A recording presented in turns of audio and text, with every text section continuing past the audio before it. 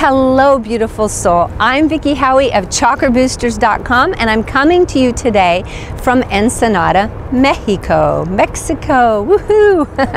To bring you this intuitive reading for 2018. Intuitive means I'm including information from my own intuition and my higher guides, from astrology, from numerology, and also, of course, from the chakra life cycles. So let's look at what 2018 has in store for us in terms of potential. You've probably already read this or heard this elsewhere, but this is an amazing year because it's an 11 year. 11! Now you know that since 2012 in particular, we've been seeing a lot of this number, the number 11, which is a number that stands for the divine and the sacred, but in a very embodied way, and it particularly relates to the sacral chakra and to the divine feminine.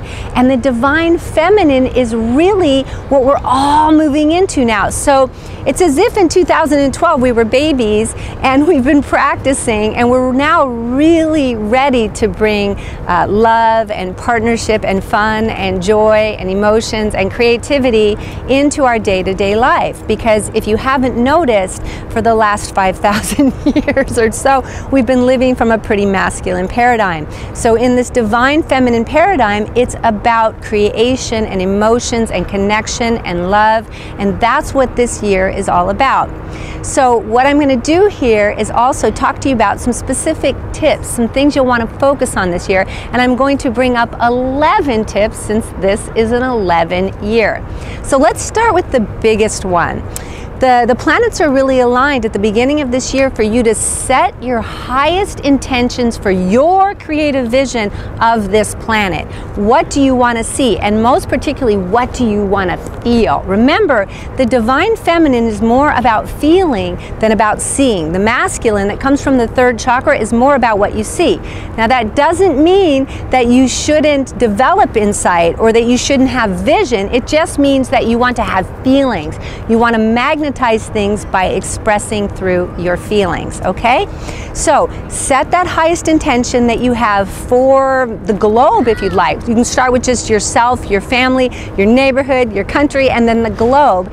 And then set it early, right away at the beginning of the year, because the astrological energies are really, really good for helping you set that intention and helping you follow through, which is, of course, the most important part, because many of us set good intentions, but then we don't follow through on them.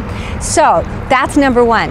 Number two is this 11 energy of this year is ripe for you to have self-growth and soulful transformation in your partnership. Not alone, not in a cave, not just meditating, but with your partner. We are now in a realm where times are quickening, and we're actually seeing our own shadow, our own self within our relationship. So what is it that you love about your partner, and what is it that you're resisting in your partner? Because whatever it is, I'm promising you that is your strongest spiritual lesson, in particular for this year, but for all the divine feminine years coming up. So utilize your relationship not just for joy, not just for love, and certainly not just for default.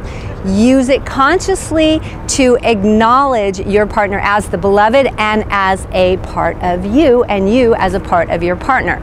Now that leads me to tip number 3, which is, as you're doing work and play and really appreciating this 11 year in your partnership, in the reflections, in the shadow work, in the communication that you have with your partner, I want you to look at the two different extremes that happen sometimes.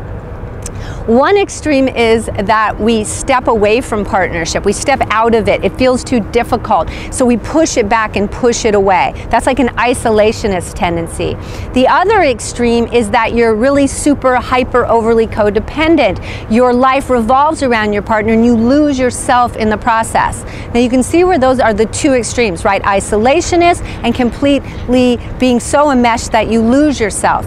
What I want you to do is strive for a balance. This is a year where when you strive for that balance of yourself, strong and loving in the relationship, it's going to be particularly potent and powerful for you. That's going to be one of your biggest undertakings that you can do spiritually this year, and it's going to really benefit your relationship. All right, so number 4, tip number 4 out of 11 for this 11 year is that I would like you to have fun. The 11 number in numerology is fun, joy, sacral energy, playfulness, right? So how easy is that? Have fun. Well, truth is, it's not so easy. I tell it to my clients all the time, and then I watch them try to break the habits of not having fun, of worrying, of making things difficult, okay? So where are your habits that go against your fun, okay? Break those habits. That means you're gonna have to call up your will and say, dang it, I am totally and utterly committed to fun this year.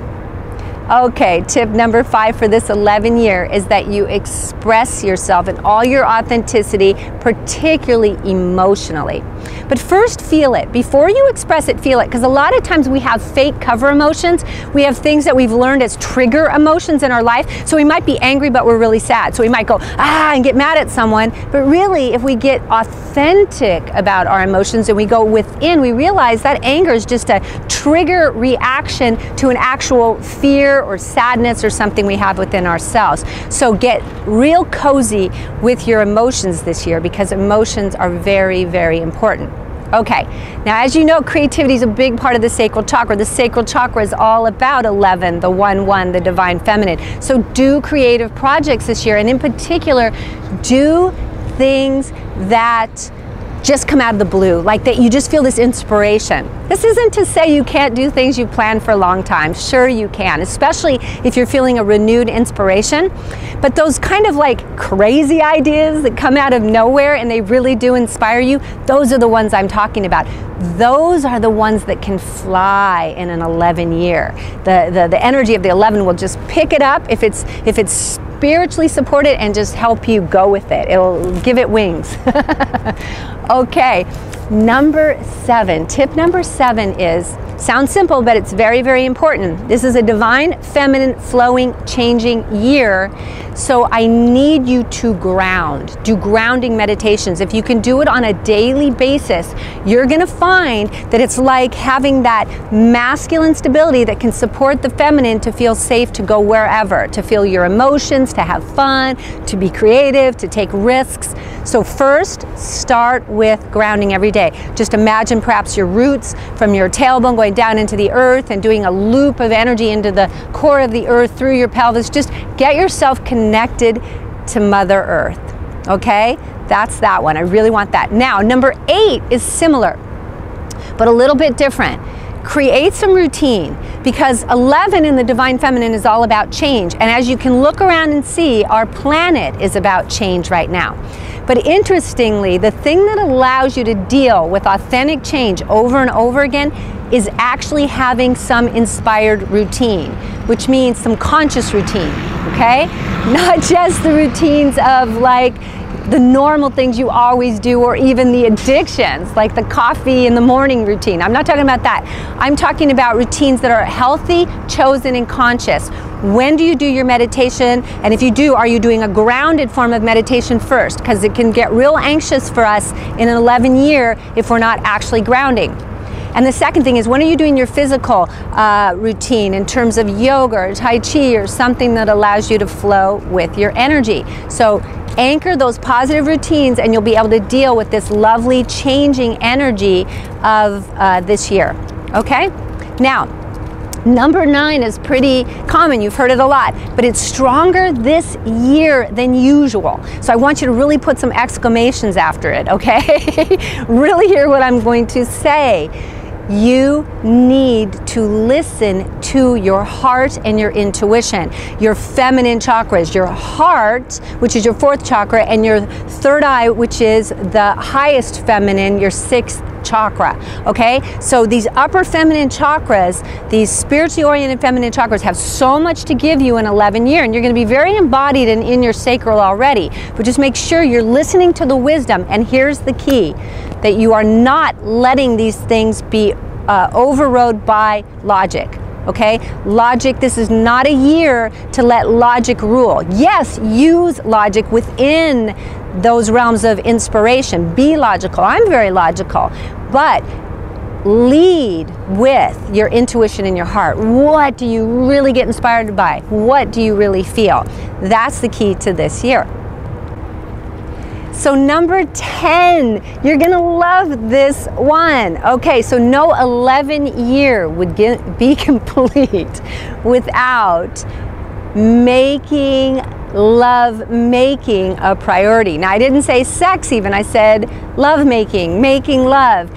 Having a sexual life that is sacred. How can you let your sex life be about expressing your love and partnership, and how can you do it on a regular basis that shows that it's a sacred priority? Woo! And that is your home play for the year. How's that one? And then finally, 11 is, I know a lot of us think about money, right? It's what kind of allows us to do a lot of the things that we want to do in the external world. Well, this year is a very, astrologically, if you read around, you'll see it's a very, very strong year for good prosperity and for financial stability. And here's the key in an 11 year. Where can you tithe and have your money be about purpose? Where can you have good money routine, so even as the changes are happening? And where can you have fun with it? Like, in other words, if you see yourself being negative or worrisome or whatever, that's not doing anything. So bring yourself back around to fun, right? That's what it's all about. Okay, so it's a great year for that. And there you have it, 11 tips for this 11 year. It's going to be great. And you could have a day of beautiful weather, which you would call great weather, but it isn't really great until you make the most of it. So these 11 tips are to help you to make the most of it, to align with the divine feminine of this 11 year. And that's what I want you to do, because I want you to have a rockin' 2018. Keep balancing your chakras, and as I like to say, keep your mind open, your heart full, and your feet firmly on the ground. Blessings.